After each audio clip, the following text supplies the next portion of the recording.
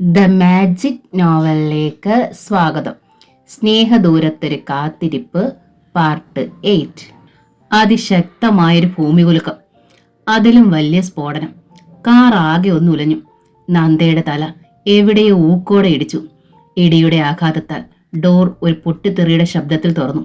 ഹരി തെറിച്ച് റോഡിലേക്ക് വീണുപോയി. ഒരാർത്തനാദം ഉയർന്നു. 2 വണ്ടികൾ നിന്നു. ഒരു നിമിഷത്തേക്ക് ശബ്ദവും പൊടിപടലങ്ങളും മാത്രം. പിന്നെ കാഴ്ച തെളിഞ്ഞു. ശബ്ദം കേട്ട ആൾക്കാർ ഓടിക്കൂടി. ആൾക്ക് ജീവനുണ്ട്, ആരോ പറയുന്നു. ഭാര്യയായിരിക്കും വണ്ടിക്കുള്ളിൽ. അവർക്ക് വല്ലതും പറ്റിയോ ആവോ? ചിലർ കാറിനുള്ളിലേക്ക് എത്തി നോക്കി. ചുറ്റും കേട്ട ആരവം നന്ദയെ ഉണർത്തി. അവർ മുഖം ഒന്നുയർത്തി. തലയ്ക്കുള്ളിൽ വല്ലാത്തൊരു പെരുപ്പ്. നെറ്റിയിൽമേൽ നന്ദ ശക്തിയായി കൈവച്ചു. 2 കൈകൊണ്ടും മുഖം അമർത്തി ഒന്ന് തുടച്ചു. മെല്ലെ മിഴികളും തുറന്നു. കയ്യിൽ ചോര. നന്ദ സാരിത്തുമ്പ് കൊണ്ട് മുഖം അമർത്തി തുടച്ചു. ക്രീം കളർ പട്ടുസാരിയുടെ മുന്താണിയിലും ചോര നിറം. ശക്തമായ നടുക്കത്തോടെ നന്ദ 4 പാട് നോക്കി. ഡ്രൈവിംഗ് സീറ്റിൽ ഹരിയില്ല. വണ്ടിക്ക് ചുറ്റും ആളുകൾ കൂടിയിരിക്കുന്നു. വണ്ടിക്ക് മുൻപിൽ എന്തോ സംഭവിച്ചിട്ടുണ്ട്. ഹരി എവിടെ? വെപ്രാളത്തോടെ അവൾ ഡോർ തുറന്നിറങ്ങി. ആൾക്കൂട്ടത്തിനിടയിൽ നന്ദ ഹരിയുടെ മുഖം തിരഞ്ഞു. ഹരി! അങ്ങനെയൊന്ന് വിളിക്കാൻ അവൾ നാവ് ചലിപ്പിക്കാൻ ശ്രമിച്ചു. നാവ് അനങ്ങിയില്ല. ശബ്ദവും കിട്ടിയില്ല. നന്ദയ്ക്ക് കൂടുതൽ പരിഭ്രാന്തിയായി, ഭയമായി. ഹരി എവിടെ?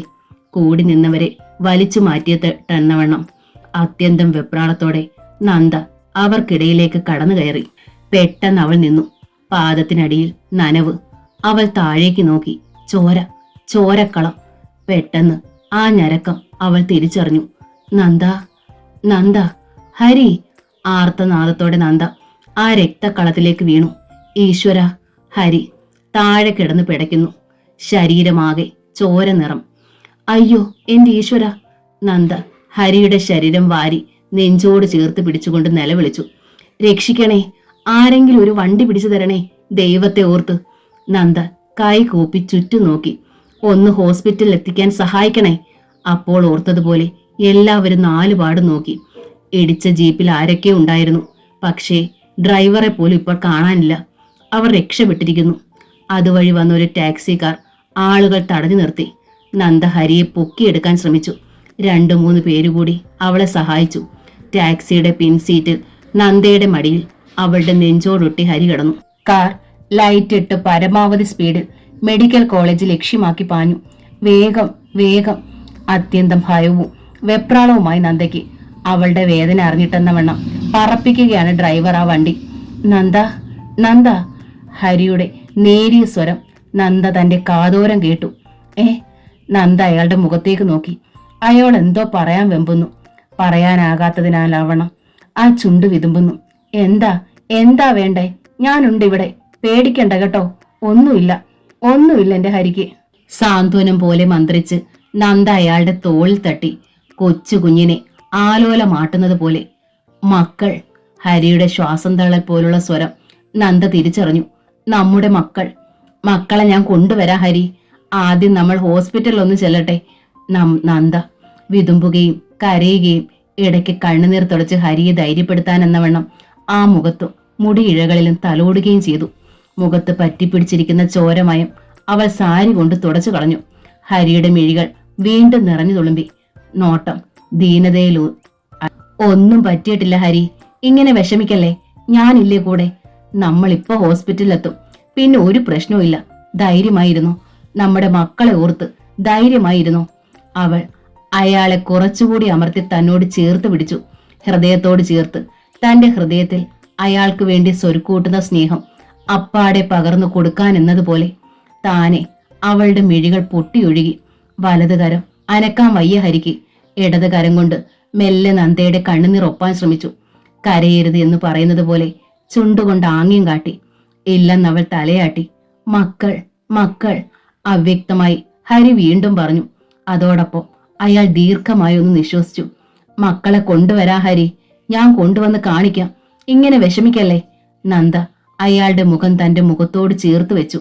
നെറ്റിയിൽ ചുണ്ടൊന്നമർത്തി സാന്ത്വനിപ്പിക്കുകയാണവൾ. ആ നിമിഷത്തിൽ തന്റെ കൈക്കുള്ളിലിരുന്ന ഹരിയുടെ ഉടൽ ഒന്ന് ശക്തമായി വിറകൊള്ളുന്നത് നന്ദ അറിഞ്ഞു. ഹരിയുടെ മിഴികൾ പൂർണ്ണമായും തുറക്കുന്നു. വായിലൂടെ കൊഴുത്ത ചോര വന്ന് പുറത്തേക്കൊഴുകുന്നു. കണ്ണുകൾ നിറഞ്ഞു തുളുമ്പി തൂകുന്നു. ഹരി! ഭയാക്രാന്തയായി നന്ദ വിളിച്ചു. നന്ദയുടെ മുടിയിഴകളിൽ കോർത്ത മട്ടിൽ ഹരിയുടെ ഇടതുകരം ഒരു നിമിഷം നിന്നു. പിന്നെ ഊർന്ന് സീറ്റിലേക്ക് പതിച്ചു. തന്റെ ദേഹത്തമർന്നിരുന്ന ശരീരത്തിന് പെട്ടെന്ന് ചലനം നിന്നതും ഭാരമിരട്ടിച്ചതും നന്ദ അറിഞ്ഞു. ഹരി! അവൾ വിളിച്ചു. പ്രതികരണമില്ല. ഹരി! ഭയത്തോടെ നന്ദ അയാളുടെ ദേഹമൊന്നുലച്ചു. ഇല്ല, ചലനമില്ല. നിശ്ചലം. പ്രപഞ്ചം തന്നെ നിശ്ചലം. ഹരി!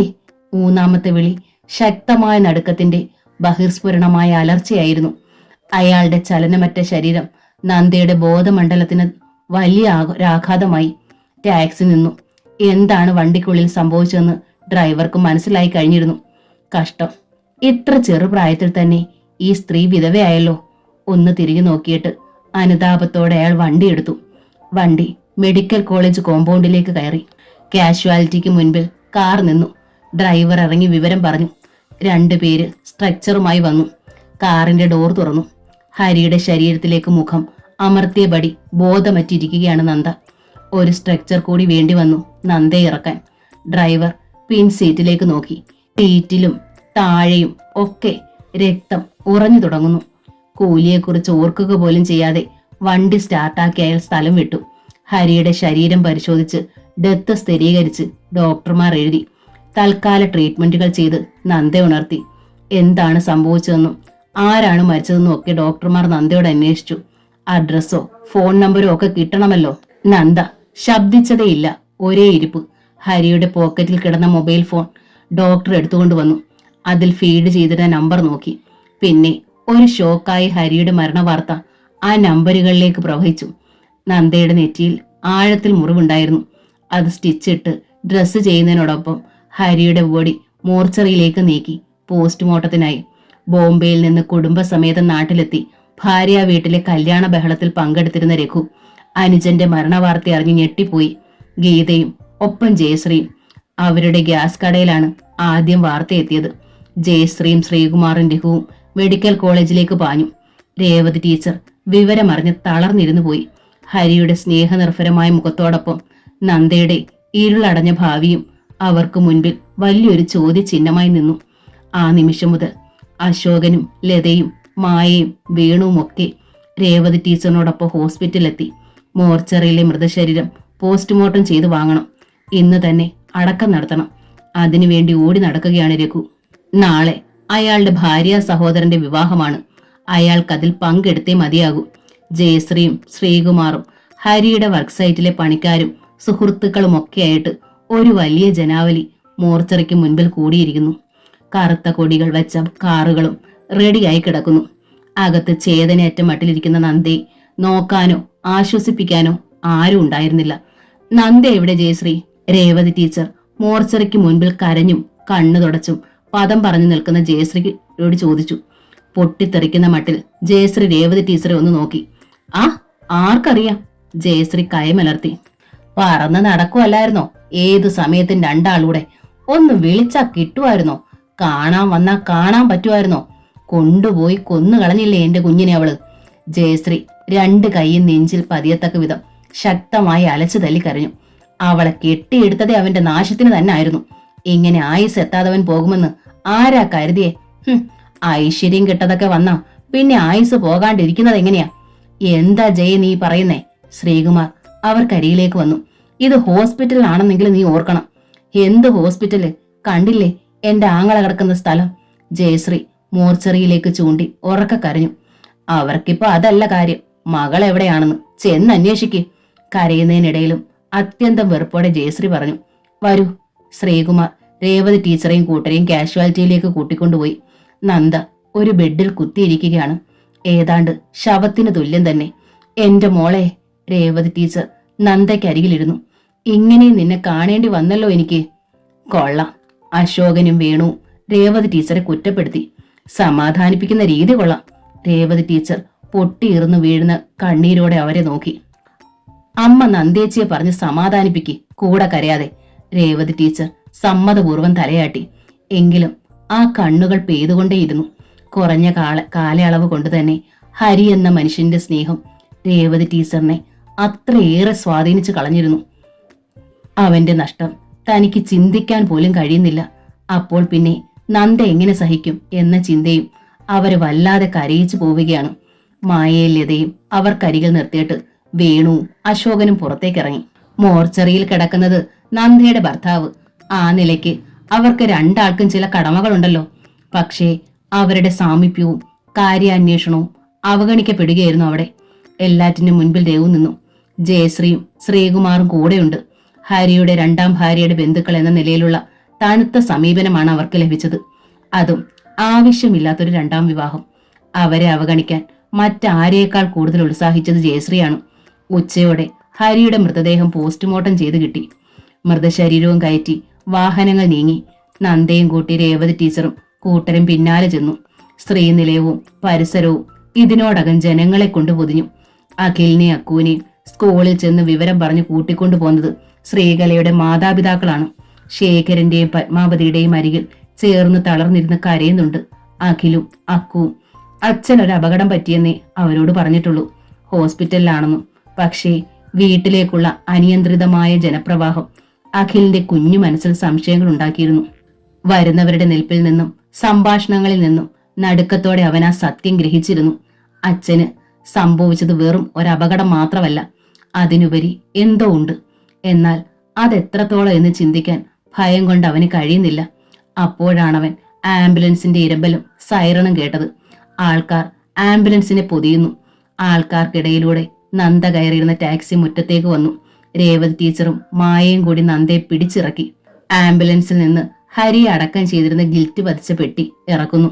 എന്റെ ഈശ്വര! നന്ദയുടെ കണ്ണുകൾ ഒന്നു മിഴിഞ്ഞു. രാവിലെ വിവാഹ ഡ്രസ്സിൽ അത്യുത്സാഹത്തോടെ തന്റെ കൈയും പിടിച്ച് മക്കളെയും കൂട്ടി ഓടിയിറങ്ങി ഇവിടെ നിന്ന് പോയ ആൾ ഇതാ. വെട്ടിക്കീറി തുന്നി തയ്ക്കപ്പെട്ട ഒരു പെട്ടിക്കുള്ളിൽ. ഹരി!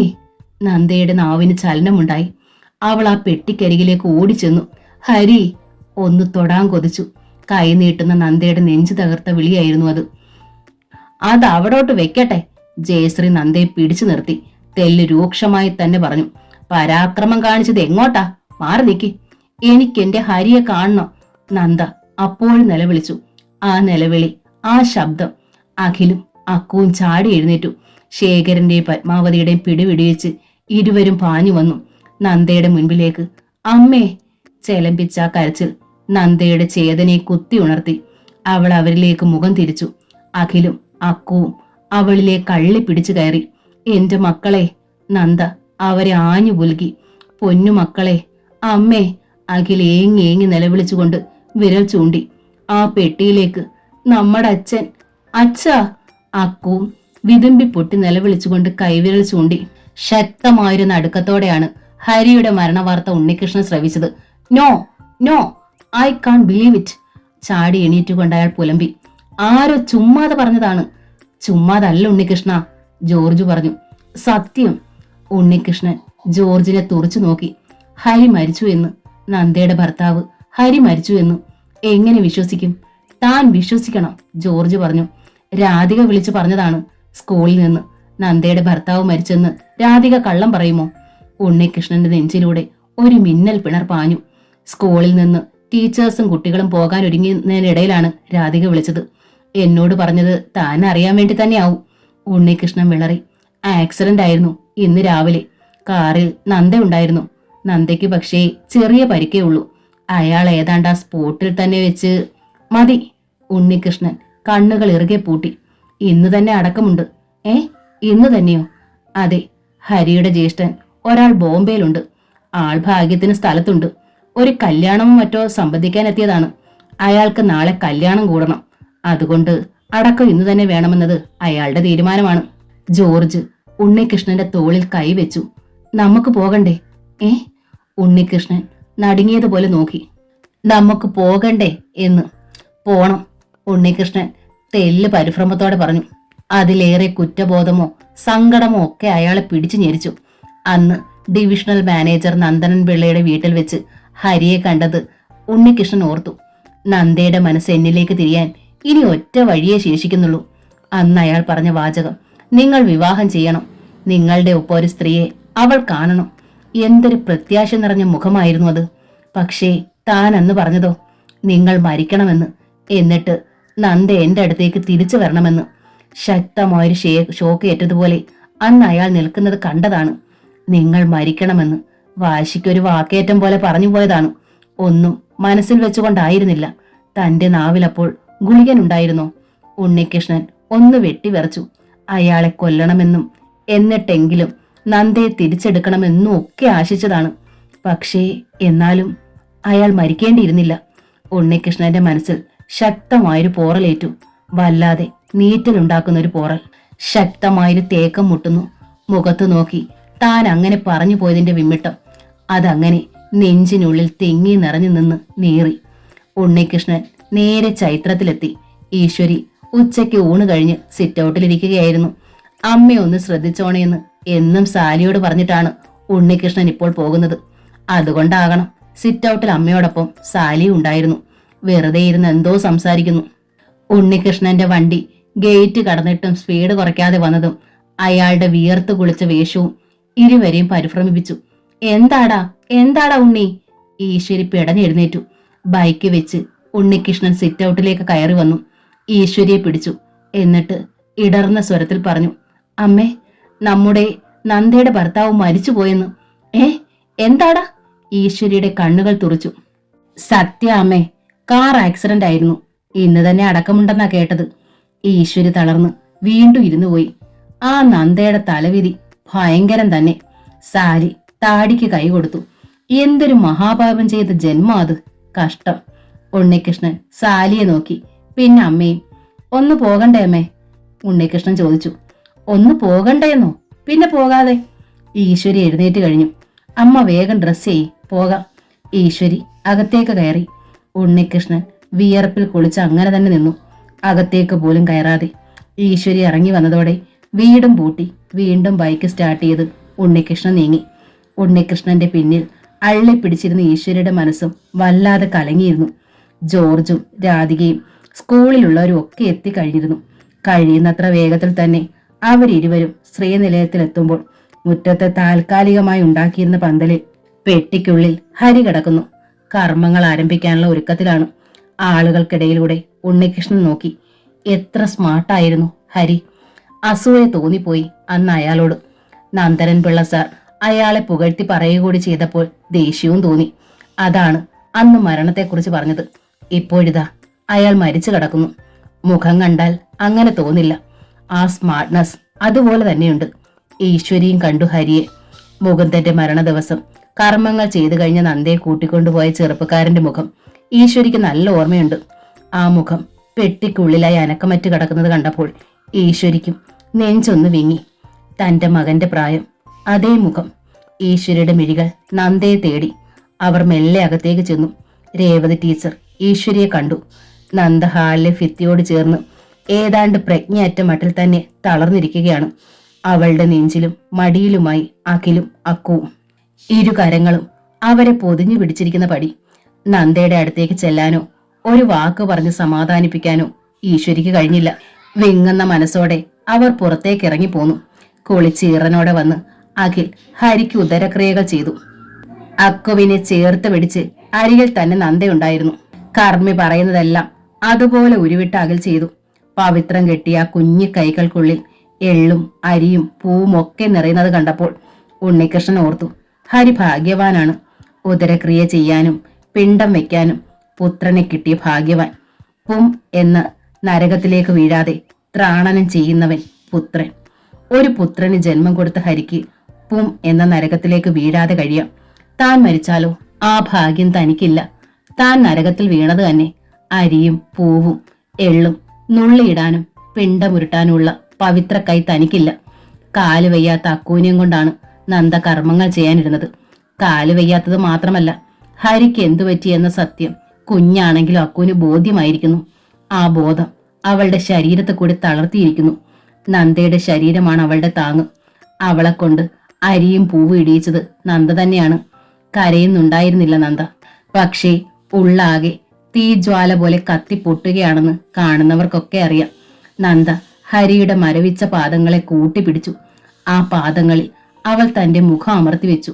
തലയ്ക്കലും അവൾ ചെന്നിരുന്നു. ഈറൻ നിറയുന്ന മിഴികളോടെ അവൾ കണ്ടു ആ മുഖം. അവസാന കാഴ്ചയെന്നോണം. ഇനി ഈ മുഖം തനിക്ക് കാണാനാവില്ല. ഇനി ഒരു വാക്ക് പോലും തന്നോട് മിണ്ടില്ല. ഇണങ്ങാനും പിണങ്ങാനും നന്ദ എന്ന് വിളിക്കില്ല. നന്ദ പൊട്ടിപ്പിളർന്ന് കരഞ്ഞുപോയി. ഹരി! അവൾ ആ നെറ്റിയിലേക്ക് അതരങ്ങൾ അമർത്തി വെച്ചു. ഇരു കൈകൾ കൊണ്ടും അയാളുടെ മുഖം പൊതിഞ്ഞു പിടിച്ചു. ഹരി! വിളിക്കാൻ നാവ് ചലിക്കുന്നില്ല. ശബ്ദം തൊണ്ടയിൽ അടഞ്ഞു പോകുന്നു. അശോകനും വേണുവും കൂടിയാണ് ഹരിയിൽ നിന്ന് നന്ദയുടെ കൈകൾ വിടുവിച്ചത്. പക്ഷേ നന്ദ ബോധമറ്റു പോയിരുന്നു. അശോകനും വേണുവും കൂടി നന്ദയെ അകത്തേക്കെടുത്തു.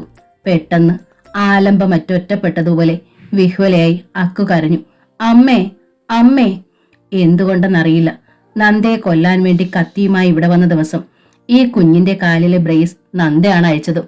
ആ കാൽ ബലമില്ലാതെ തൂങ്ങിയതും ഒക്കെ ഒറ്റ നിമിഷം കൊണ്ട് ഉണ്ണികൃഷ്ണൻ ഓർത്തുപോയി. കരയുന്ന അക്കുവിനെ ആരോ തൂക്കിയെടുത്ത് മറ്റുള്ളവർക്ക് കൈമാറി അകത്തേക്ക് വിട്ടു. അമ്മേ, അമ്മേ!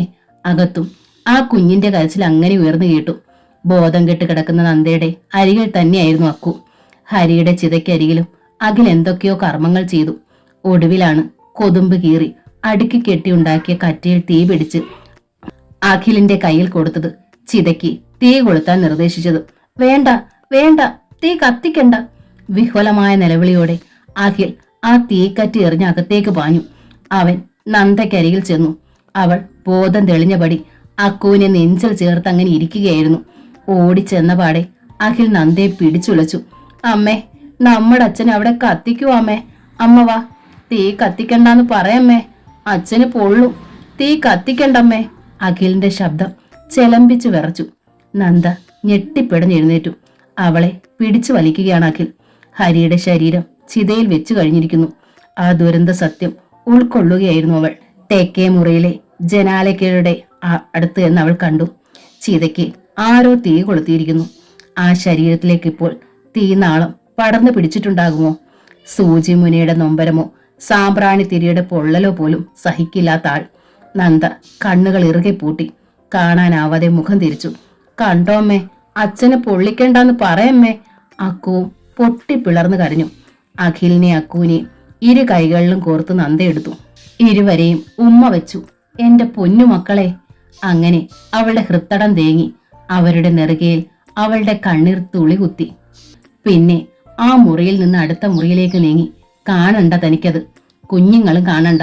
ഹരിയുടെ ശരീരം വിറക് പോലെ കത്തിക്കയർന്നത് ഹരിയുടെ ഈ പൊന്നുമക്കൾ എങ്ങനെ സഹിക്കും? താൻ വരുന്നത് വരെ അച്ഛനും അമ്മയും ഒക്കെ ഇവർക്ക് ആ ആളായിരുന്നില്ലേ? അഖിലിനെയും അക്കുവിനെയും കൊണ്ട് മുറിയിലേക്ക് ഇടറിയ പാദങ്ങളുമായി നന്ദ ചെല്ലുമ്പോൾ ചേച്ചമ്മ അവരെ എടുത്തു. എന്റെ കുഞ്ഞുങ്ങളെ, നിങ്ങളുടെ അച്ഛൻ! ചേച്ചമ്മ വലിയ വായില് നിലവിളിച്ചു പോയി. നന്ദയുടെ ദുർവിധികളുടെ ഘോഷയാത്ര ഇനിയും തീർന്നിട്ടില്ലേ? രേവതി ടീച്ചറുടെ കണ്ണുകൾ തുളുമ്പിപ്പോയി അതോർത്തപ്പോൾ. താൻ ഇത്രയ്ക്ക് അഭിശപ്തയാണോ? അത് തന്നെയായിരുന്നു നന്ദയുടെയും ചിന്ത. തന്റെ കഴുത്തിൽ ഇന്ന് താലി ചാർത്താൻ ചാടി പുറപ്പെട്ടവരാണ് ഈ ചിതയ്ക്കുള്ളിൽ കത്തിയെരിയുന്നത്. താൻ ശാപഗ്രസ്ത തന്നെയാണ്. എത്ര പെട്ടെന്ന്, എത്ര അപ്രതീക്ഷിതമായി നോക്കി നിൽക്കെ കൺമുൻപിൽ വെച്ച് ആ ജീവൻ പോയി. താൻ തന്റെ നെഞ്ചോട് ചേർത്ത് അടുക്കി ചേർത്ത് പിടിച്ചിട്ടും പോയി. താൻ ആ മനുഷ്യന് കാട്ടിയ അവഗണന ദൈവത്തിന് പോലും സഹിക്കാഞ്ഞ് തിരിച്ചു വിളിച്ചതാണോ? അതോ ഭർത്താവ് അടുത്തുണ്ടായിട്ടും ആ സാമീപ്യം നിഷേധിച്ച തനിക്ക് വൈദവ്യം ഒരു ശാപമായി ദൈവം തന്നതാണോ? നന്ദേ! ആ വിളി നന്ദ ഓർമ്മയിൽ നിന്ന് ഞെട്ടി ഉണർന്നു നോക്കി. ഈശ്വരി! അവർ നന്ദയോട് ചേർന്ന് നിൽക്കുകയായിരുന്നു. അവരുടെ മിഴികൾ തുളുമ്പിയിരുന്നു. രേവതി ടീച്ചറാണ് ഈശ്വരിയെ നന്ദയുടെ മുറിയിൽ എത്തിച്ചത്. നന്ദയെ കാണാനും കാണാതിരിക്കാനുമാകാതെ വിഷമിക്കുകയായിരുന്നു ഈശ്വരി. ഈശ്വരിക്കും രേവതി ടീച്ചറിനും പിന്നിൽ നന്ദ ഒരു മുഖം കൂടി കണ്ടു. ഉണ്ണികൃഷ്ണന്റെ മോളെ! ഈശ്വരി നന്ദയെ തലോടി. നിന്നെ ഒന്ന് കണ്ടിട്ട് പോകാമെന്ന് കരുതി. ഒന്നും പറയാനില്ലെനിക്ക്. നന്ദ അവരുടെ ദേഹത്തേക്ക് തന്റെ തല ചായച്ചു വെച്ചു. ഒരക്ഷരം പോലും ശബ്ദിക്കാനാവാതെ നന്ദയുടെ മനസ്സും വിറകൊള്ളുകയായിരുന്നു. അധരങ്ങളും കണ്ണുകൾ മാത്രം കവിഞ്ഞൊഴുകി. കരയല്ലേ മോളെ, കരയല്ലേ! നന്ദയുടെ മുടിയിഴകളിലൂടെയും ദേഹത്തുകൂടിയും ഈശ്വരിയുടെ സ്നേഹാർദ്രമായ വിരലുകൾ മെല്ലെ മെല്ലെ ചലിച്ചുകൊണ്ടിരുന്നു. ഈശ്വരിയെ പകച്ചു നോക്കുകയായിരുന്നു അഖിലും അക്കുവും. അനാഥത്വത്തിന്റെ പകപ്പും പേർ നിൽക്കുന്ന ആ കുഞ്ഞു മുഖങ്ങൾ ഈശ്വരിയുടെ മനസ്സിൽ ആർദ്രതയോടെ പതിഞ്ഞു. കൈനീട്ടി ആ കുഞ്ഞു മുഖങ്ങളിൽ അവരൊന്ന് തലോടി. അമ്മ പോകട്ടെ മോളെ, ഈശ്വരി യാത്ര ചോദിച്ചു നന്ദയോട്. പൊഴിയുന്ന കണ്ണീർ കണങ്ങളായിരുന്നു നന്ദയുടെ മറുപടി. പോകട്ടെ, ഉണ്ണികൃഷ്ണന് പരുങ്ങലോടെ ഒന്ന് യാത്ര ചോദിച്ചു. ഹരിയുടെ മുഖം അവിടെ എവിടേക്കോ നിന്ന് തന്നെ നോക്കുന്നത് പോലെയുള്ള ഒരു ഫീലിംഗ് ആണ് ഉണ്ണികൃഷ്ണന്. അവിടെ നിന്നും ഓടിയകലാൻ അയാൾ വെമ്പി. വേണുവും മായയും ലതയും അശോകനും അങ്ങോട്ട് വന്നു. സന്ധ്യ ആയില്ലേ നന്ദേച്ചി, ഇനി ഞങ്ങൾ പോവുകയാ, അശോകൻ പറഞ്ഞു. അമ്മ ഇവിടെ കുറച്ചു ദിവസം നിൽക്കട്ടെ, നന്ദേച്ചിക്ക് ഒരു കൂട്ടായിട്ട്. കുട്ടികൾക്ക് വല്ല ആഹാരവും കൊടുക്ക്, നന്ദേച്ചി ഇല്ലാതെ മറ്റാരാ ഇവർക്കിനി ഉള്ളത്, മായ പറഞ്ഞു. അതെന്നാ വർത്താനാ പറയുന്നത്? പെട്ടെന്ന് ജയശ്രീ അങ്ങോട്ട് കടന്നു വന്നു. കണ്ണീർ ഉണങ്ങി പിടിച്ചിരുന്ന കവിൾത്തടം സാരിയുടെ മുന്താണി കൊണ്ട് അമർത്തി തുടച്ചിട്ട് ജയശ്രീ പറഞ്ഞു. ഹരി എന്നാ അനാഥനായിരുന്നോ? ഞാനും രഘുവേട്ടനും ഒക്കെ ഹരിയുടെ ആൾക്കാർ തന്നെ. എന്നോടൊരു വാക്ക് ചോദിക്കാതെ ഹരി ഒരടി മുന്നോട്ട് വെക്കത്തില്ലായിരുന്നു കുറച്ചു നാള് മുമ്പ് വരെ. എന്നെയെന്ന് വെച്ചാ അത്രയ്ക്ക് ജീവനായിരുന്നു. അമ്മയെപ്പോലായിരുന്നു അവന് ഞാൻ. ജയശ്രീ ഒന്നേങ്ങിക്കൊണ്ട് തുടർന്നു. അവന്റെ കുഞ്ഞുങ്ങള് എനിക്കെന്റെ കുഞ്ഞുങ്ങള് തന്നെ. അതങ്ങനെ തന്നെ വേണമല്ലോ ജയശ്രീ, രേവതി ടീച്ചർ തന്മയത്വമായി ഇടപെട്ടു. നിങ്ങളൊക്കെ അല്ലാതെ ഇനി അവർക്ക് ആരാ ഉള്ളത്? ആ ഓർമ്മ എല്ലാവർക്കും വേണം. ജയശ്രീ നന്ദയെ ഒന്ന് ഏറ് കണ്ണിട്ട് നോക്കി. എന്നിട്ട് അഖിലിനെ അക്കൂനെയും പിടിച്ചു. വാടാ മക്കളെ, ഇത്രയും സമയായില്ലേ, എന്റെ മക്കൾക്ക് വിശക്കുന്നില്ലേടാ? വേണ്ട ആന്റി, അഖിൽ പറഞ്ഞു. വിശക്കുന്നില്ല, എനിക്കും വേണ്ട ആന്റി. അക്കു നന്ദയെ അള്ളി പിടിച്ചു. അങ്ങനെ പറഞ്ഞാ പറ്റത്തില്ല, വാ വന്ന് കഴിക്ക്. ജയശ്രീ തെല്ല ആധികാരികതയോടെ കുട്ടികളെ പൊക്കിയെടുത്തു. അഖിലും അക്കുവും നന്ദയെ ദയനീയമായി നോക്കി. ജയശ്രീയോട് എതിരിടണ്ട എന്നാണ് നന്ദയ്ക്കും തോന്നിയത്. അവരുടെ മേൽ അല്ലെങ്കിലും ജയശ്രീക്ക് അധികാരമുണ്ടല്ലോ. ഡൈനിങ് ഹാളിലായിരുന്നു ജയശ്രീയുടെ മക്കൾ സുനിലും അനിലും. ഇരുവരും ചായയും ബ്രെഡും പഴവും കഴിക്കുന്നു. മക്കളെ ആഹാരം കഴിപ്പിക്കലാണ് ജയശ്രീയുടെ പ്രധാന പണി. അതുകൊണ്ട് തന്നെ അമിതവണ്ണവും വലിപ്പവുമാണ് രണ്ടാൾക്കും. പുറത്ത് ഹരിയുടെ ചിത ആളിക്കത്തുകയാണ്. ആ സമയത്ത് തന്നെ ജയശ്രീ മക്കൾക്ക് ആഹാരം കൊടുത്തത് ശ്രീകുമാറിന് പോലും ഇഷ്ടപ്പെട്ടില്ല. അയാൾ ആ ഇഷ്ടക്കേടോടെ തന്നെ അവിടെ ഇരിപ്പുണ്ട്. ജയശ്രീ അഖിലിന്റെയും അക്കുവിന്റെയും മുൻപിലും ചായയും ബ്രെഡും പഴവും വെച്ചു. കഴിക്കും മക്കളെ. എനിക്ക് വേണ്ട ആന്റി, അഖിൽ പറഞ്ഞു. എനിക്ക് അമ്മയെടുത്ത് പോയാ മതി. അക്കു എഴുന്നേൽക്കാൻ ശ്രമിച്ചു, ചിണുങ്ങാനും. അങ്ങനെ അങ്ങ് അഹമ്മതി കൊള്ളില്ലല്ലോ. ജയശ്രീ അക്കുവിനെ പിടിച്ചിരുത്തി. എനിക്ക് അമ്മ എടുത്തു പോകണം. അക്കു ഉറക്ക കരഞ്ഞു. ഒരമ്മ, നിങ്ങളുടെ അച്ഛനെ കൊണ്ടുപോയി കാലിന് കൊടുത്ത യക്ഷിയാവള്. ജയശ്രീ മുരണ്ടു. അഖിൽ അമ്പരന്നു ജയശ്രീയെ നോക്കി. ഭർത്താവും കൊച്ചുങ്ങളും ഒന്നും വാഴുകയില്ലാത്ത അശ്രീകരമാ കൊച്ചുങ്ങളെ അവള്. കണ്ടില്ലേ ഒരുത്തനെ കളഞ്ഞേച്ചു പോന്നത്? നിങ്ങളുടെ അച്ഛൻ അവളെ കെട്ടിയെടുത്ത് ഇവിടെ കൊണ്ടുവന്നു. നാശം. വലതുകാലം കുത്തി വന്നതിന്റെ 90-ാം പക്കം നിങ്ങളുടെ അച്ഛൻ ചത്തു. കാറില് അവളും ഇല്ലായിരുന്നോ? എന്നാ അവള് ചാകാഞ്ഞത്? അഖിലിന്റെ കണ്ണുകൾ മിഴിയുന്നത് കണ്ടപ്പോൾ ജയശ്രീ ഉത്സാഹത്തോടെ തുടർന്നു. ഇനി നിങ്ങളെയും അവൾ കൊണ്ട് നടക്കും, നിങ്ങളെയും കൊല്ലും. അക്കുവിന്റെ കരച്ചിൽ കേട്ട് അങ്ങോട്ട് വന്ന നന്ദ വാതിൽപ്പടിയിൽ ബലമായി പിടിച്ചു നിന്നുപോയി. എന്റെ ഈശ്വര! നന്ദ നെഞ്ചിൽ കൈ അമർത്തി പിടിച്ച് ഭിത്തിയോട് ചേർന്ന് നിന്നു. തന്റെ ദോഷം കൊണ്ടാണ് ഹരി മരിച്ചതെന്ന്, താനാണ് ഹരിയെ കൊന്നതെന്ന്, ഇനി ഈ കുഞ്ഞുങ്ങളെയും താൻ കൊല്ലുമെന്ന് നന്ദ അറിയാതെ തേങ്ങി പൊട്ടിപ്പോയി. എന്റെ ജയെ, അതുങ്ങളുടെ തന്തയാണ് ആ പുറത്ത് കത്തി എരിയുന്നത്. നെഞ്ചിലും ചുമലിലും വേറ്റി ഇത്രയും നാളും ഇവരെ കൊണ്ടു നടന്നിരുന്നത് അവനാണ്. കുഞ്ഞുങ്ങളാണേലും ഇതുങ്ങൾക്കത് മറക്കാൻ പറ്റുമോ? അതിന്റെ ഇടയിലോട്ട് നീ കണ്ടമാനം തീ കോരിയിടല്ലേ? അല്ല, ശ്രീയേട്ടൻ കേട്ടില്ലേത്? അവളുടെ അടുത്തു പോകാനുള്ള ഒരു വാശിയേ. അങ്ങനെയല്ലേ നന്ദ അവരെ വളർത്തുന്നത്? അതാവും ജയെ കാരണം, ശ്രീകുമാർ അനുനയം പറഞ്ഞു. എന്നാ വന്ന് എടുത്തോണ്ട് പോട്ട്. ഹരി ചിതയിലാണ്. ആ സങ്കടം കാണാതിരിക്കോ നന്ദയ്ക്ക്? കുട്ടികളെ നീ അങ്ങോട്ട് കൊണ്ടുപോയി കൊടുക്ക് ജയെ. അത്ര സങ്കടത്തിലിരിക്കുന്ന പതിവ്രതയാണെങ്കിലാ ചിതയിലോട്ട് ചാടി സതി അനുഷ്ഠിക്കട്ടെ. തീ ഇനിയും കെട്ടിട്ടില്ലല്ലോ. ജയശ്രീ അത് പറഞ്ഞിട്ട് വാതുക്കലേക്ക് തിരിയുമ്പോഴാണ് നന്ദയെ കണ്ടത്. അത് ശരി, ഒളിച്ചു നിന്ന് കേൾക്കുകയാണല്ലേ. കുട്ടികളെ ഇങ്ങ് വിട്, നന്ദ സങ്കടം ഉള്ളിൽ ഒതുക്കിക്കൊണ്ട് പറഞ്ഞു. ജയശ്രീ എന്തൊക്കെയോ പറഞ്ഞത് വായും പിളർന്ന് കേട്ടെന്ന് എങ്കിലും അഖിലിനു മുഴുവനും പിടികിട്ടിയില്ല. നന്ദയെ കാണുകയും ആ ശബ്ദം കേൾക്കുകയും ചെയ്തതോടെ അവന്റെ കുഞ്ഞു മനസ്സ് നന്ദയിലേക്ക് ചാഞ്ഞു.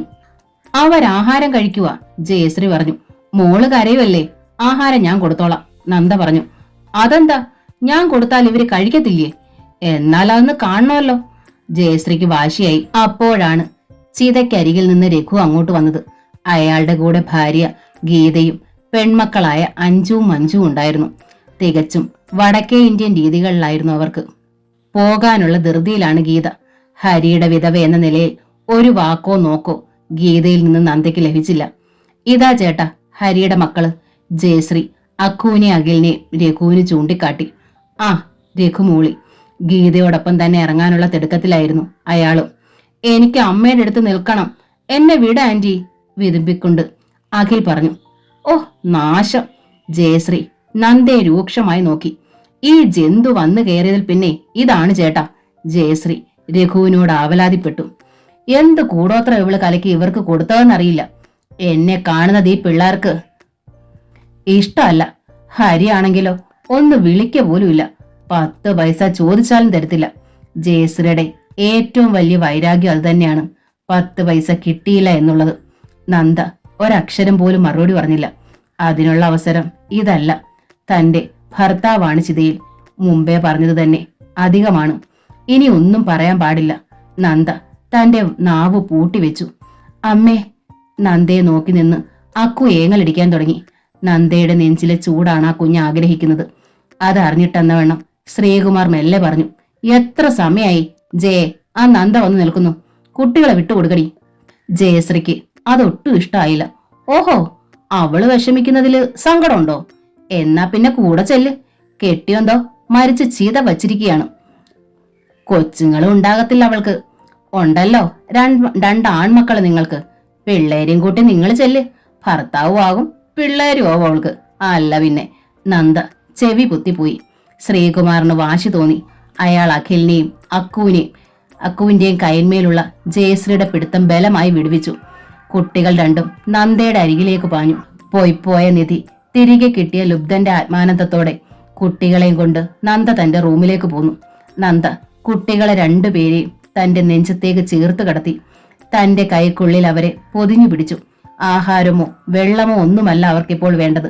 അച്ഛന്റെ നഷ്ടം നികത്തുന്ന സുരക്ഷിതത്വമാണ്. തന്റെ ദേഹത്തെ ചൂടിനെ ആ സുരക്ഷിതത്വം അവർക്ക് നൽകാനാവൂ. അമ്മേ! അഖിൽ മുഖമുയർത്തി. എന്താ അമ്മയുടെ കുട്ടന് വേണ്ടത്? ആന്റി പറയുവാ, അമ്മ അച്ഛനെ കൊന്നതാണെന്ന്. അതുകൊണ്ടാ അമ്മ ചാകാതെ വന്നതെന്ന്. നേരാണോ അമ്മേ? 2 തലയും മൂർച്ചയുള്ള വാളായിട്ടാണ് ആ ചോദ്യം നന്ദയുടെ നെഞ്ചിലേക്ക് ആഴ്ന്നിറങ്ങിയത്. നുണയാ അല്ലേ? നന്ദ അവന്റെ മുഖം കൈക്കുടനയിലെടുത്തു. അച്ഛൻ പറഞ്ഞിട്ടുണ്ട് ആന്റി പറയുന്നതൊക്കെ പൊട്ട നുണയാണെന്ന് അവൻ പറഞ്ഞു. നന്ദ അവന്റെ മുഖം തന്റെ മാറോട് ചേർത്ത് പിടിച്ചു. നന്ദയുടെ ഊഹ ശരിയായിരുന്നു. അല്പസമയം അങ്ങനെ കടന്നപ്പോൾ 2 ആളും ഉറങ്ങിപ്പോയി. ഈ സുരക്ഷിതത്വം, ഈ സമാധാനം, ഇതല്ലേ ഇനി അവർക്ക് എന്നും വേണ്ടത്? ഇതല്ലേ ഹരി തന്നോട് പറയാൻ ശ്രമിച്ചത്? ഹോസ്പിറ്റലിലേക്ക് പോകും വഴി തന്റെ മടിയിൽ കിടന്ന് നിറമിഴികളും വിതമ്പുന്നാരം അധരങ്ങളുമായി ഇടയിൽ ചോര തുപ്പിക്കൊണ്ട ആ വാക്കുകൾ. മക്കൾ, നമ്മുടെ മക്കൾ. അവരെ കാണാനുള്ള തിടുക്കമാണ് അന്ന് ഞാൻ കരുതി. ആയിരുന്നില്ല. നന്ദേ, ഞാൻ പോകുന്നു. നമ്മുടെ മക്കളെ നീ കൈവെടിയരുതേ. അതായിരുന്നില്ലേ അർത്ഥം? അതായിരുന്നില്ലേ കവിഞ്ഞൊഴുകിയ കണ്ണീർ പോലും തന്നോട് മന്ത്രിച്ചത്? ആയിരുന്നു. ഹരി, ഇവൾ അറിയുന്നു എന്തായിരുന്നു ആ മനസ്സിലെ തീക്കനലെന്ന്. ഒന്നും പറയാതെ തന്നെ അറിയുന്നു. ജയശ്രീ പറയുന്നു 90 ദിവസമേ ആയിട്ടുള്ളൂ ഞാൻ ഇവിടെ വന്നിട്ടെന്ന്. സത്യമാണോ ഹരി? എന്റെ ദോഷം കൊണ്ടാണോ ഹരിക്ക് ഇങ്ങനെ വന്നത്? നമ്മളും മക്കളും ഒരുമിച്ച് കണ്ടു. മനസ്സുകൾ ഒന്നായി. നാൾ പൊരുത്തമോ ജാതക പൊരുത്തമോ നോക്കിയില്ല. അതാരും ഓർമ്മിച്ചില്ല. അതിന്റെ ആവശ്യകതയും തോന്നിയില്ല. പക്ഷേ ഹരി, സത്യം, 90 യുഗങ്ങളിലെ അടുപ്പം നമ്മൾക്കിടയിലുണ്ട്. അതാരും അറിയുന്നില്ലല്ലോ ഹരി. രാത്രിയായതോടെ രഘുവും കുടുംബവും മടങ്ങി. നാളെ നടക്കുന്ന വിവാഹ ചടങ്ങിൽ സംബന്ധിക്കേണ്ടത് അത്യാവശ്യമാണ്. അതിനായിട്ടായിരുന്നു അവർ വന്നതും. അവർ പോകും മുൻപ് തന്നെ മായയും അശോകനും ഒക്കെ മടങ്ങിയിരുന്നു. പിറ്റേ ദിവസം ശ്രീകുമാറും കുട്ടികളും പോകാനൊരുങ്ങി. ജയശ്രീ പോയില്ല. ശ്രീകുമാർ ആവശ്യപ്പെട്ടിട്ടു. ശ്രീയേട്ടൻ ഇത് എന്നതാ പറയുന്നേ? ശ്രീകുമാർ എന്തോ അപരാധം ചെയ്തതുപോലെ ജയശ്രീ പറഞ്ഞു. മരിച്ചത് എന്റെ അനിയനാ. അവന്റെ കുഞ്ഞുങ്ങൾ ഇവിടെ അനാഥരായി കഴിയുമ്പോൾ ഞാൻ എങ്ങനെ വരാനാ ശ്രീയേട്ടാ? കുറച്ചു ദിവസം ശ്രീയേട്ടൻ തന്നെ കടയിലെ കാര്യങ്ങളൊക്കെ ചെയ്. ഇവിടെയെല്ലാം ഒന്ന് ശരിയാക്കിയിട്ട് ഞാൻ വരാം. നിന്റെ ഇഷ്ടം പോലെ. ശ്രീകുമാർ പോയി. അയാൾ കൂടെ പോയതോടെ ജയശ്രീ വീട്ടുഭരണം ഏറ്റെടുത്തു. അടുക്കള മൂലയ്ക്കിരുന്ന് കണ്ണീർ വാർക്കുന്ന ചേച്ചമ്മയുടെ നേരെയായിരുന്നു ആദ്യത്തെ പൊട്ടിത്തെറി. എന്താണിത്? കുത്തിപ്പിടിച്ചിരുന്നാ മതിയോ? അടുക്കളയൊക്കെ ഒന്ന് തൂത്തു തുടച്ച് അരി അടുപ്പത്തിട്ടെ. സ്വന്തം മകൻ മരിച്ചുപോയത് അത്രയും സങ്കടവും തളർച്ചയുമാണ് ചേച്ചമ്മയ്ക്ക്. ഹരിയും ചേച്ചമ്മയുമായി വർഷങ്ങളായിട്ട് അങ്ങനെ ഒരു ആത്മബന്ധമായിരുന്നു. ഓ, നിങ്ങൾക്ക് വിഷമം തോന്നും. ഇല്ല, വല്ലാഴികയൊക്കെ കാണിച്ചും പറഞ്ഞും ഹരിയുടെ കയ്യിൽ നിന്ന് നിങ്ങളെ കുറച്ചേറെ മേടിച്ചെടുത്തിട്ടുള്ളതെന്ന് എനിക്കറിയാം. ഇപ്പോ ആ കിട്ടലങ്ങ് നടച്ചല്ലോ, വല്ലാണ്ട് വിഷമം തോന്നും നിങ്ങൾക്ക്. ജയശ്രീ പറഞ്ഞു. ജയക്കൊച്ചെ, ചേച്ചമ്മ ആ സങ്കടത്തിനിടയിലും തിരിഞ്ഞു നിന്നു.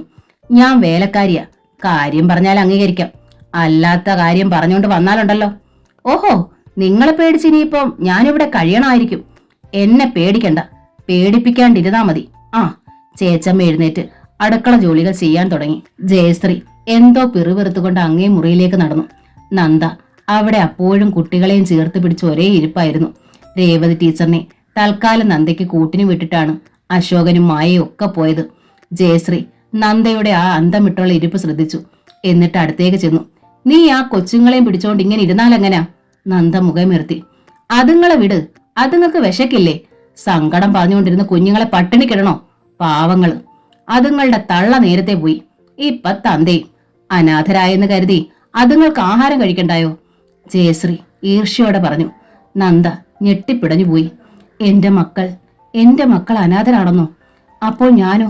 ഈ നന്ദ? ജയശ്രീയുടെ സംസാരം കേട്ടപ്പോൾ രേവതി ടീച്ചർ നന്ദയെ ഒന്ന് നോക്കി.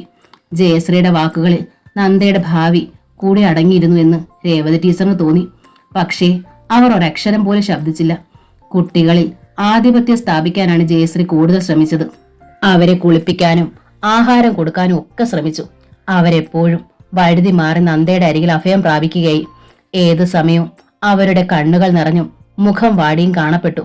ഇടയ്ക്കിടെ ഏങ്ങിയും വിതുമ്പിയിരുന്നു. സ്കൂളിൽ വിടാനും ജയശ്രീ ഒന്ന് പരിശ്രമിച്ചു. ഇല്ല, ഞാൻ പോണില്ല, അഖിൽ പറഞ്ഞു. അക്കു അത് ആവർത്തിച്ചു. എന്തിനാ കുഞ്ഞുങ്ങളെ വെറുതെ പഠിത്തം കളയണത്? ജയശ്രീ ചോദിച്ചു. നിങ്ങൾ ഇവിടെ പോകാണ്ടിരുന്നാൽ ചത്തുപോയ അച്ഛൻ തിരികെ വരുമോ? അച്ഛൻ വരട്ടെ, വന്നാലേ ഞാൻ പോണുള്ളൂ, അക്കു പറഞ്ഞു. ഉറക്കത്തിൽ അക്കു ഹരിയെ സ്വപ്നം കണ്ട് നിലവിളിച്ചു. കാലിന് സ്വാധീനമില്ലാത്ത കുഞ്ഞായതിനാലാകാം ഹരി അക്കുവിന് അമിതമായി തന്നെ സ്നേഹം നൽകിയിരുന്നു. അതറിയാവുന്നത് കൊണ്ട് തന്നെ സ്വന്തം തളർച്ചയെ സങ്കടവും മാറ്റിവെച്ചുകൊണ്ട് തന്നെ നന്ദ സദാസമയം അവരെ ശുശ്രൂഷിച്ചു, അരികിലിരുത്തി സ്നേഹിച്ചു. പക്ഷേ എല്ലാറ്റിനും മീതെ ജയശ്രീ കുത്തുവാക്ക് പറഞ്ഞു, ബഹളം വെച്ചു, ശല്യപ്പെടുത്തുകയും വിഷമിപ്പിക്കുകയും ചെയ്തു അവളെ. ഹരി പോയതോടെ ഇവിടെ എല്ലാ തരത്തിലും ആധിപത്യം സ്ഥാപിക്കാനാ ജയശ്രീയുടെ നോട്ടം, രേവതി ടീച്ചർ പറഞ്ഞു. അവരെന്തെങ്കിലും വിചാരിക്കുകയോ ചെയ്യുകയോ ചെയ്യട്ടമ്മേ, നന്ദ പറഞ്ഞു. നമ്മളത് അന്വേഷിക്കണ്ട, ഹരിയുടെ ചടങ്ങുകൾ കഴിയും വരല്ലേ ഉള്ളൂ എല്ലാം. അത് കഴിയുമ്പോൾ പോയിക്കൊള്ളുകയും ചെയ്യും. അതുവരെ നമ്മൾ അങ്ങ് ക്ഷമിക്കുക. രേവതി ടീച്ചർ മകളെ നല്ലവണ്ണം നോക്കി. ഇവൾക്ക് ഇത്രയേറെ ക്ഷമ ദൈവം കൊടുത്തത് നന്നായി. ഹരി മരിച്ചതിന്റെ 6ാം ദിവസമാണ് രഘു പിന്നെ ശ്രീനിലയത്തിലേക്ക് വന്നത്. ഗീതയുടെ സഹോദരന്റെ വിവാഹം അടിച്ചു പൊളിച്ച് ആഘോഷിച്ചിട്ടുള്ള വരവ്. ആ വിവാഹത്തിന് സംബന്ധിക്കാൻ പുത്തൻ ഡ്രസ്സുകൾ എടുക്കാൻ പോകാനിരുന്ന ആൾ ഇപ്പോഴെവിടെ? നന്ദ സങ്കടത്തോടെ ഓർത്തു. ഹരിയുടെ അന്നത്തെ ഉത്സാഹം, ഹരിയുടെ സഞ്ചയന കർമ്മമായിരുന്നു അന്ന്. ജയശ്രീ തന്നെ എല്ലാ ഏർപ്പാടുകളും ചെയ്തിരുന്നു. നന്ദയോട് അഭിപ്രായം ഒന്നും ചോദിച്ചില്ലെങ്കിലും എല്ലാ കാര്യത്തിലും അവൾ സഹകരിച്ചു. കർമ്മങ്ങൾ കഴിഞ്ഞപ്പോൾ ഹരിയുടെ ഓഫീസ് റൂമിലേക്ക് രഘുവും ജയശ്രീയും കയറി. ഇരുവരും ഒരുപാട് സമയം കൂട്ടുകയും കിഴിക്കുകയും ചെയ്തു. എന്തൊക്കെയോ തീരുമാനങ്ങൾ എടുത്തു. ഒടുവിൽ ഇരുവരും നന്ദയിരിക്കുന്ന റൂമിലേക്ക് വന്നു. നന്ദ എഴുന്നേറ്റ് നിന്നു. രേവതി ടീച്ചറും ആ മുറിയിൽ തന്നെ ഉണ്ടായിരുന്നു. മരിച്ച അന്നത്തെ ബഹളത്തിലൊന്ന് കണ്ടുവെങ്കിലും രഘു നന്ദയെ ശരിക്ക് കാണുന്നത് ഇന്നാണ്. ദുഃഖത്തിന്റെ മൂടുപടത്തിനുള്ളിൽ ആണ്ടമർന്ന ഭാവമായിരുന്നു നന്ദയ്ക്ക്. എന്നിട്ടും ആ ഭാവത്തിനിന്നും എന്തൊരഴക്! നന്ദയ്ക്ക് അയാൾ മുൻപിൽ നിന്നപ്പോൾ ഉൾക്കിടിലത്തോടെ ഓർമ്മ വന്നത് ഹരിയുടെ വാക്കുകളാണ്. ഹോസ്പിറ്റലിൽ വെച്ച് പറഞ്ഞത്, ചേട്ടൻ എന്ന് വന്നാലും ഒരു ശവമടക്ക് ഉറപ്പാ. ഈ മനുഷ്യൻ വന്നത് കാലദൂതുമായിട്ടാണോ? എനിക്ക് 2 ആഴ്ചത്തെ അവധിയുള്ളൂ, പോകണം. അതിനു മുമ്പ് കാര്യങ്ങൾക്കെല്ലാം ഒരു അഡ്ജസ്റ്റ്മെന്റ് ഉണ്ടാകണം, നന്ദയോടാണ് രഘു പറഞ്ഞത്. അതുകൊണ്ട് പുലവീടൽ 15ഉം 16 എന്നുള്ളത് 10ഉം 11ഉം ആക്കാം. എനിക്ക് ടൈമില്ല. 10ഉം 11ഉം ആകുമ്പോൾ ചടങ്ങ് കൂടി കഴിഞ്ഞിട്ട് 2-3 ദിവസം കൂടി മിച്ചമുണ്ട്, കൂടെ നിന്നിരുന്ന ജയശ്രീ പറഞ്ഞു. ബാക്കി കാര്യങ്ങളൊക്കെ 2-3 ദിവസം കൊണ്ട് തീർക്കണ്ടേ? പറ്റൂ രഘുവേട്ടാ? ജയശ്രീ ചോദിച്ചു. ഉള്ള സമയം കൊണ്ട് എല്ലാം ചെയ്യണം. ഇനി ഞാൻ ഇങ്ങോട്ട് വന്നെന്നും വരില്ല, രഘു പറഞ്ഞു. എന്താണ് ഈ ചെയ്യാനുള്ള കാര്യങ്ങൾ? നന്ദയ്ക്ക് ഒന്നും മനസ്സിലായില്ല. പുലയടിയന്തര കർമ്മങ്ങളെ കുറിച്ചാണോ? നന്ദ ടീച്ചറാണല്ലേ? രഘു ചോദിച്ചു. അതെ, ഹരി പറഞ്ഞിരുന്നു. ജോലിയില്ലാത്ത ഭാര്യ മരിച്ചപ്പോൾ രണ്ടാം ഭാര്യയായി ജോലിയുള്ളൊരു സുന്ദരിയെ കിട്ടുക. കൊള്ളാം. ഹരി അക്കാര്യത്തിൽ ഭാഗ്യവാനായിരുന്നു. നന്ദയ്ക്ക് അയാളുടെ ആ സംസാരം അരോചകമായി തോന്നി, പ്രത്യേകിച്ചും ആ അവസരത്തിൽ. ഇപ്പോൾ എത്രയുണ്ട് നന്ദയ്ക്ക് സാലറി? നന്ദ അയാളെ ഒന്ന് നോക്കി. അല്ല, ഹരി ഇല്ലെങ്കിലും പണത്തിന് നന്ദയ്ക്ക് വിഷമോ ഉണ്ടോ എന്നറിയാനായിരുന്നു. രഘു പറഞ്ഞു. ഇല്ല, എനിക്ക് ആവശ്യത്തിനുള്ള പണം ശമ്പളമായി കിട്ടുന്നുണ്ട്. അല്ലെങ്കിൽ ശമ്പളക്കാരിക്ക് ഭർത്താവില്ലെങ്കിൽ എന്താ, ജീവിക്കാൻ പ്രയാസമുണ്ടോ? നന്ദ ജയശ്രീയെ വർണ്ണിച്ചൊന്നു നോക്കി. ഭർത്താവിന്റെ മരണം വലിയ പ്രശ്നമല്ലാതെ കണക്കാക്കുന്ന പലരും ഉണ്ട് ജയശ്രീ ഇവിടെ, രേവതി ടീച്ചർ പറഞ്ഞു. രഘു ടീച്ചറിനെ നോക്കി. നന്ദയുടെ അമ്മയാ. ജയശ്രീ ഒട്ടും താല്പര്യമില്ലാതെ ലഘുവിനോട് പറഞ്ഞു. അപ്പോ രണ്ടാളോടും കൂടി ഞാൻ പറഞ്ഞേക്കാം, ഞങ്ങളൊരു തീരുമാനം എടുത്തിട്ടുണ്ട്, രഘു നന്ദയെ നോക്കി പറഞ്ഞു. നന്ദ 3 മാസം ഹരിയുടെ കൂടെ കഴിഞ്ഞിട്ടുണ്ട്. 3 മാസം വളരെ ഹ്രസ്വമായൊരു കാലയളവാണ്. എങ്കിലും ഭാര്യയല്ലാതെ വരുന്നില്ല. ഭാര്യയുടെ അവകാശം ആർക്കും നിഷേധിക്കാനും ആകില്ല. രണ്ടാളും കൂടി ഇതെന്തിനുള്ള പുറപ്പാടാണ്? അന്താളിപ്പോടെ നന്ദ അവരെ നോക്കി. ഒരു തുക നന്ദയ്ക്ക് തരും, രഘു പറഞ്ഞു. നീ പ്രതീക്ഷിക്കുന്നതിനേക്കാൾ കൂടുതലേ കാണൂ എന്ന് കരുതിക്കോ, ജയശ്രീ ഇടയിൽ കടന്നു പറഞ്ഞു. നന്ദയ്ക്കൊന്നും മനസ്സിലായില്ല. പറഞ്ഞല്ലോ, നന്ദ ഇവിടെ 3 മാസം കഴിഞ്ഞു ഹരിയുടെ ഭാര്യയായിട്ട്. അതിന്റെ ഒരു നഷ്ടപരിഹാരമെന്നോ അവകാശമെന്നോ ഒക്കെ കൂട്ടിക്കോ. നന്ദ രഘുവിനെ മിഴിച്ചു നോക്കി. രേവതി ടീച്ചറും.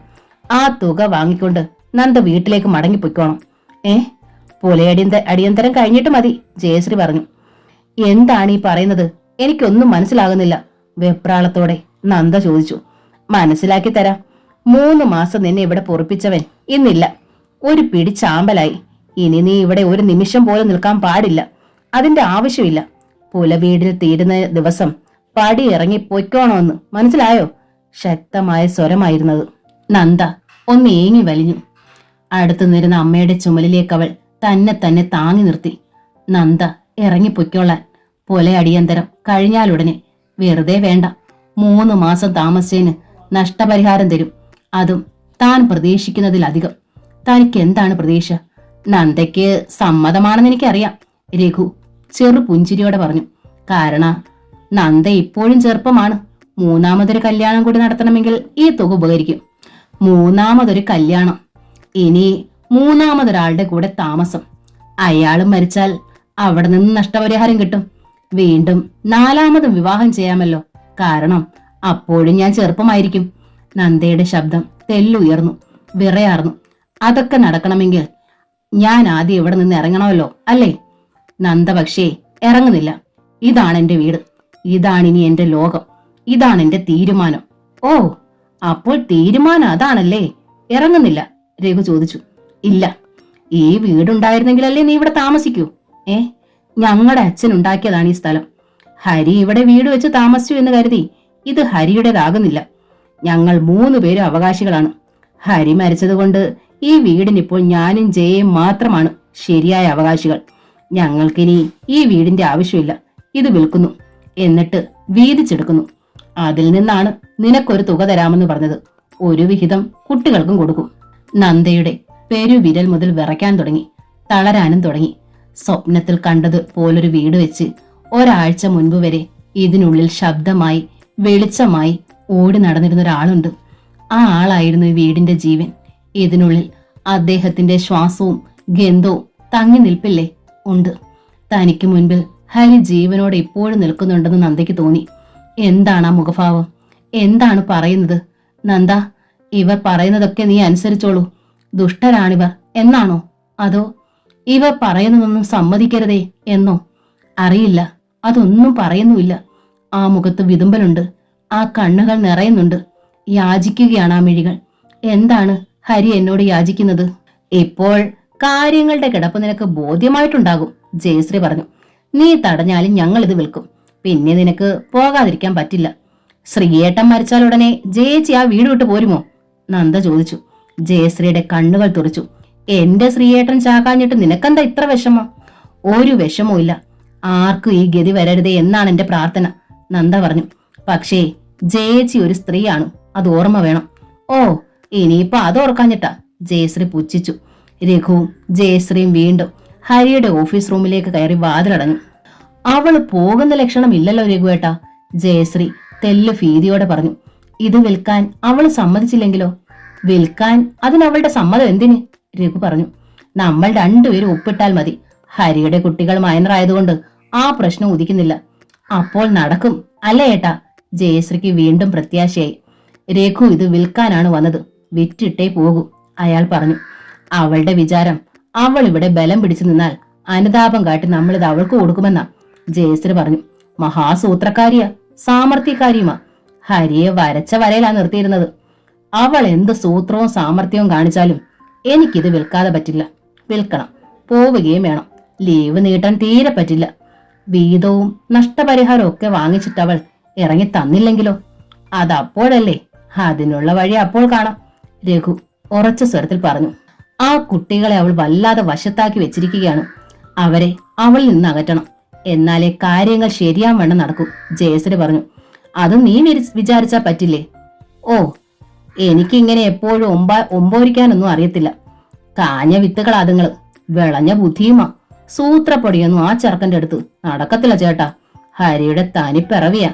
ജയേ, ശ്രീകുമാർ പുറത്തു നിന്ന് വിളിച്ചു. സഞ്ചയനത്തിന് വന്നതാണ് അയാളും. രഘുവുമായി തന്ത്രം മെനയാനും ഗൂഢാലോചനയ്ക്കും അല്ലാതെ ശ്രീകുമാറിനെ പോലും ശ്രദ്ധിക്കാൻ ജയശ്രീക്ക് സമയം കിട്ടിയില്ല. വിളി കേട്ട് ജയശ്രീ വാതിൽ തുറന്ന് പുറത്തെത്തി. ഞാൻ പോവുകയാണ്, നീ വരുന്നില്ലേ? അയ്യോടാ, ഇതെന്താ ശ്രീയേട്ടൻ നീ പറയുന്നത്? ജയശ്രീ കുറ്റപ്പെടുത്തി. ഞാൻ ഇവിടെ നിന്നില്ലെങ്കിൽ പിന്നെ ഈ കാര്യങ്ങളൊക്കെ എങ്ങനെ ശരിയായി നടക്കും? എന്തോന്ന് കാര്യങ്ങൾ? ശ്രീകുമാറിന് ദേഷ്യം വന്നു. കടയിലെ കാര്യങ്ങൾ ആകെ കുഴഞ്ഞു കിടക്കുക. അതെന്താ നീ ഓർക്കാത്തത്? ഓ, ശ്രീയേട്ടൻ തന്നെ മാനേജ് ചെയ്. പുലവിടൽ തീരാതെ എനിക്ക് വരാൻ പറ്റത്തില്ല, ജയശ്രീ തീർത്തു പറഞ്ഞു. ഞാനും പിള്ളേരും കഞ്ഞി കുടിക്കുന്നത് എങ്ങനെയാ ജയേ? ഇപ്പൊ മനസ്സിലായോ ജയയുടെ വില? ആ, അച്ഛനും മക്കളും കൂടി തനിയെ വെച്ച് കഴിക്കും. ഇത് കഴിയാതെ ഞാൻ വരത്തില്ല. ശ്രീകുമാറിന് ദേഷ്യം വന്നു. എന്നാ പിന്നെ നിനക്ക് സൗകര്യം ഒക്കുമ്പോ വന്നാ മതി, ഞാൻ പോവുക. അയാൾ പിണങ്ങിയാണ് പിരിഞ്ഞത്. ജയശ്രീ കൂസിയില്ല. രഘു വൈകുന്നേരം തന്നെ ഭാര്യ വീട്ടിലേക്ക് പോയി. പറഞ്ഞതുപോലെ ഈ വീട് അവര് വിറ്റാൽ എന്ത് ചെയ്യുന്നന്തേ? രേവതി ടീച്ചർ ചോദിച്ചു. വിൽപ്പന തൽക്കാലം നടക്കില്ലമ്മേ. ഈ വീടും പറമ്പും ഇപ്പോൾ വിൽക്കണമെങ്കിൽ ഇവർ 15 ലക്ഷം രൂപയും പലിശ ഉണ്ടാക്കണം. രേവതി ടീച്ചറിന്റെ കാര്യം മനസ്സിലായില്ല. കൺസ്ട്രക്ഷൻ കമ്പനിയുടെ ഡെവലപ്മെന്റിന് വേണ്ടി ഇതിന്റെ ആധാരം ഏതോ സ്വകാര്യ പണമിടപാടുകാരന് പണയം വെച്ച് കുറച്ചുനാൾ മുൻപ് ഹരി 15 ലക്ഷം രൂപ വാങ്ങിയിട്ടുണ്ട്. അതടയ്ക്കുന്നുണ്ടായിരുന്നു എന്ന് എനിക്കറിയില്ല. രേവതി ടീച്ചറിന് ആ അവസ്ഥയിൽ ഒരു പുഞ്ചിരി ഉണ്ടായി. ഒരാൾ മരിച്ചുപോയാൽ അയാളുടെതെല്ലാം വക്രബുദ്ധിയോടെ കൈക്കലാകാൻ വരുന്നവർക്ക് ഇങ്ങനെ തന്നെ വേണം. അവർ ശബ്ദം താഴ്ത്തി പറഞ്ഞു. 15 ലക്ഷം ബ്ലേഡുകാരന് കടമുണ്ട് എന്നത് ഇടുത്തി പോലെയാണ് ജയശ്രീയും രഘു അറിഞ്ഞത്. ഹരിയുടെ വക്കീലാണ് വിവരം പറഞ്ഞത്. നാശം! രഘുവിന് ദേഷ്യം വന്നു. തോന്നിയാസം കാണിച്ചപ്പോൾ ഇവൻ ഒരു വാക്ക് ചോദിച്ചില്ലല്ലോ. അവന്റെ ഒരു കൺസ്ട്രക്ഷൻ കമ്പനി. ഞാൻ ഇത്ര അടുത്തുണ്ടായിരുന്നല്ലോ, അവൻ എന്നോട് ചോദിച്ചില്ല ഒരു വാക്ക്. ജയശ്രീക്ക് അമർഷം ഉണ്ടായി. ഇനിയിപ്പോൾ വീട് വിൽക്കാൻ എന്താ വഴി? രഘു ചോദിച്ചു. അഡ്വക്കേറ്റ് ശിവശങ്കറിന്റെ നെറ്റിയൊന്ന് ചുളിഞ്ഞു. 2 വഴികളുണ്ട്. ഒന്നുകിൽ ഈ കടം ഉൾപ്പെടെ വീടും പറമ്പും ഏറ്റുവാങ്ങാൻ തയ്യാറുള്ള ഒരാളെ കണ്ടെത്തണം. പിന്നെയുള്ള വഴി ബ്ലേഡുകാരന്റെ കടം നിങ്ങൾ വീട്ടുക എന്നതാണ്. എന്നിട്ട് വിൽപ്പന നടത്തി കഴിയുമ്പോൾ ആ പണം നിങ്ങൾക്ക് തിരിച്ചെടുക്കാമല്ലോ, ശിവശങ്കരൻ പറഞ്ഞു. അയാൾ തുടർന്നു. ഈ 1/2 ഏക്കർ സ്ഥലവും വീടും കൂടി ഏതാണ്ട് 30 ലക്ഷത്തിന് വില മതിക്കും. ഒരിക്കലും നിങ്ങൾക്ക് നഷ്ടമുണ്ടാവില്ല. രഘു മുഖം തിരിച്ചു. അയാളുടെ മുഖം പൂർവാധിക ഇരുണ്ടു. 15 ലക്ഷവും അതിന്റെ പലിശ ഉണ്ടാക്കണം. എന്നിട്ട് എന്ത് കിട്ടാനാണ്? രഘു തന്റെ ഭാര്യ ഗീതയുടെ അനിഷ്ടകരമായ മുഖഭാവം ഓർത്തു. ഈ സ്ഥലത്തിന്റെ വീതം വേണ്ട എന്ന് തീരുമാനിച്ചിരുന്നതാണ് താൻ. ഗീത മൗനമായി അത് സമ്മതിച്ചിരുന്നതുമാണ്. പക്ഷെ ഇപ്പോൾ അവൾ പ്രശ്നമുണ്ടാക്കുകയാണ്. നമുക്കുള്ളത് 2 പെൺമക്കളാണ്. അവകാശപ്പെട്ട മുതലല്ലേ അത്? കിട്ടിയാൽ ഒരു പെൺകൊച്ചിന്റെ കാര്യമെങ്കിലും നടക്കില്ലേ? അനിയൻ അവിടെ മോശപ്പെട്ടല്ലല്ലോ കഴിയുന്നത്, നല്ല സ്ഥിതിയിലല്ലേ. പിന്നെ എന്തിനാണ് വേണ്ടെന്ന് വെക്കുന്നത്? ഗീതയുടെ വാദം അതാണ്. ഹരിക്കൊരു ആൺകുട്ടിയുണ്ട്. അതിനായിട്ട് ഇത്രയധികം സമ്പാദിക്കണോ? ഒരു പെൺകൊച്ചുള്ളതാണെങ്കിലോ കാല് തളർന്നതും. പ്രായമായാലും ഒരു കല്യാണത്തിന്റെ ആവശ്യമോ ചെലവോ ഒന്നും അതിന് വരില്ല. കാല് തളർന്നതിനെ കെട്ടാൻ ആരാണ് വരിക? പിന്നെന്തിനാ ഇത്രയധികം പണം ഹരിക്ക്? ആലോചിച്ചപ്പോൾ ഗീതയുടെ വാദം ന്യായം തന്നെ. തനിക്കും ഗീതയ്ക്കും ജോലി ഉണ്ടെന്നത് ശരി തന്നെ. കുറച്ച് സമ്പാദ്യമുണ്ട്. അത് അരക്കി ചുരുക്കി ഉണ്ടാക്കുന്നതാണ്. അവകാശപ്പെട്ടത് എന്തിനാണ് നിഷേധിക്കുന്നത്? അങ്ങനെയാണ് ഈ ആലോചന ഇട്ടതും വന്നതും. പക്ഷേ ഈ പണമില്ലാതെ ഇനി തിരികെ ചെല്ലാനാവില്ല. ചെന്നാൽ ഗീത സമ്മതിക്കുകയില്ല. തന്റെ കുടുംബജീവിതം ഇനി ഭദ്രവും സ്വസ്ഥവും ആവണമെങ്കിൽ ഈ പണവും കൊണ്ട് ചെന്നേ പറ്റൂ. രഘു അഡ്വക്കേറ്റ് ശിവശങ്കരനുമായി വിശദമായൊരു ആലോചന നടത്തി. ജയശ്രീയും പങ്കുചേർന്നു. ഹരിയോട് അഡ്വക്കേറ്റ് ശിവശങ്കറിന് ഒരു കടപ്പാടുണ്ട്. അതുകൊണ്ട് തന്നെ ഹരി മരിച്ചുപോയെങ്കിലും അയാളോട് അനീതി കാട്ടാൻ ശിവശങ്കറിന് വയ്യ. അയാൾ ഒരു നിർദ്ദേശം വെച്ചു. വീട് ഹരി പണയപ്പെടുത്തിയത് കൺസ്ട്രക്ഷൻ കമ്പനിക്ക് വേണ്ടിയാണ്. ആ കമ്പനിക്ക് ലാഭമുണ്ടെങ്കിൽ ഈ പണം എടുക്കാലോ. അക്കാര്യം അന്വേഷിക്ക്. അതൊരു നല്ല പോയിന്റാണ് ഏട്ടാ, ജയശ്രീയും പറഞ്ഞു. അവൻ എന്നും വർക്കുണ്ടായിരുന്നു. ലാഭം കാണും. ലാഭം ഇല്ലെങ്കിൽ ആ കമ്പനി അങ്ങ് വിൽക്കാം. അല്ലെങ്കിൽ ഇനി ഇപ്പോൾ അത് ആര് നടത്തിക്കൊണ്ടുപോവാനാണ്? കണ്ടവര് കൊണ്ടുപോകും. അതുകൊണ്ട് അതങ്ങ് വിറ്റേക്കാം. ലാഭമോ നഷ്ടമോ ഒന്നും നോക്കണ്ട, കിട്ടുന്നത് മതി. രഘു ആ വഴിക്കാണ് പിന്നെ ചിന്തിച്ചതും പ്രവർത്തിച്ചതും. ഹരിയുടെ കൺസ്ട്രക്ഷൻ കമ്പനി മോശമില്ലാത്ത രീതിയിലാണ് പോയിരുന്നത്. വീട് പണയപ്പെടുത്തി കിട്ടിയ തുക കൊണ്ട് കമ്പനിക്ക് വേണ്ടുന്ന ചില മെഷീനുകളാണ് ഹരി വാങ്ങിയത്. മിക്സറും റോളറും പോലെ അത്യാവശ്യമായ ചില മെഷീനുകൾ. അതോടെ വർക്ക് അല്പം കൂടി സ്പീഡിലും ഭംഗിയിലും ചെയ്യാമെന്നായി. ലാഭം ഇല്ലെന്ന് പറയാനാവില്ല. പക്ഷെ കിട്ടുന്ന ലാഭം ഹരി ബാങ്കിലിടുന്നതിന് പകരം അടുത്തൊരു പ്രോജക്റ്റിലേക്ക് ഉടനെ തന്നെ മുടക്കിയിരിക്കും. അതുകൊണ്ട് പണമായിട്ട് കാര്യമായ തുകയൊന്നും മിച്ചമില്ല. കൃത്യം കണക്കുകൾ ടോണിക്കറിയാം. പിന്നെയുള്ള ഏക വഴി അത് വിൽക്കുകയാണ്. അതിന്റെ ആലോചനയിലേക്ക് കടന്നപ്പോഴാണ് രഘുവും ജയശ്രീയും കൂടുതൽ ഞെട്ടിയതും. Construction company വിൽക്കാനാവില്ല. കമ്പനിക്ക് 3 ഡയറക്ടർമാരുണ്ട്. ഒരാൾ മരിച്ചെങ്കിലും ഇനിയും 2 പാർട്ട്നേഴ്സ് ജീവനോടെ ഉണ്ട്, അഖിലും അക്കുവും. അവർ മൈനർ ആയതിനാൽ മേജർ ആകാതെ ഒരു ക്രയവിക്രയവും നടക്കില്ല. മരിച്ചുപോയ ഹരിയുടെ പാർട്ട്ണർഷിപ്പിനും അവകാശികൾ അഖിലും അക്കുവും തന്നെ. ചുരുക്കത്തിൽ കൺസ്ട്രക്ഷൻ കമ്പനിയിലേക്ക് നോക്കാൻ പോലും വയ്യ. അതോടെ രഘുവിനാകെ കലി കൊണ്ടു. ജയശ്രീയും തൊട്ടതിനും പിടിച്ചതിനുമൊക്കെ ദേഷ്യം കൊണ്ട് തുള്ളിച്ചാടി. സ്നേഹദൂരത്തൊരു കാത്തിരിപ്പ് എന്ന നോവലിന്റെ ഈ ഭാഗം ഇവിടെ പൂർണ്ണമാവുകയാണ്. അടുത്ത ഭാഗം ഉടൻ തന്നെ അപ്ലോഡ് ചെയ്യുന്നതായിരിക്കും. താങ്ക്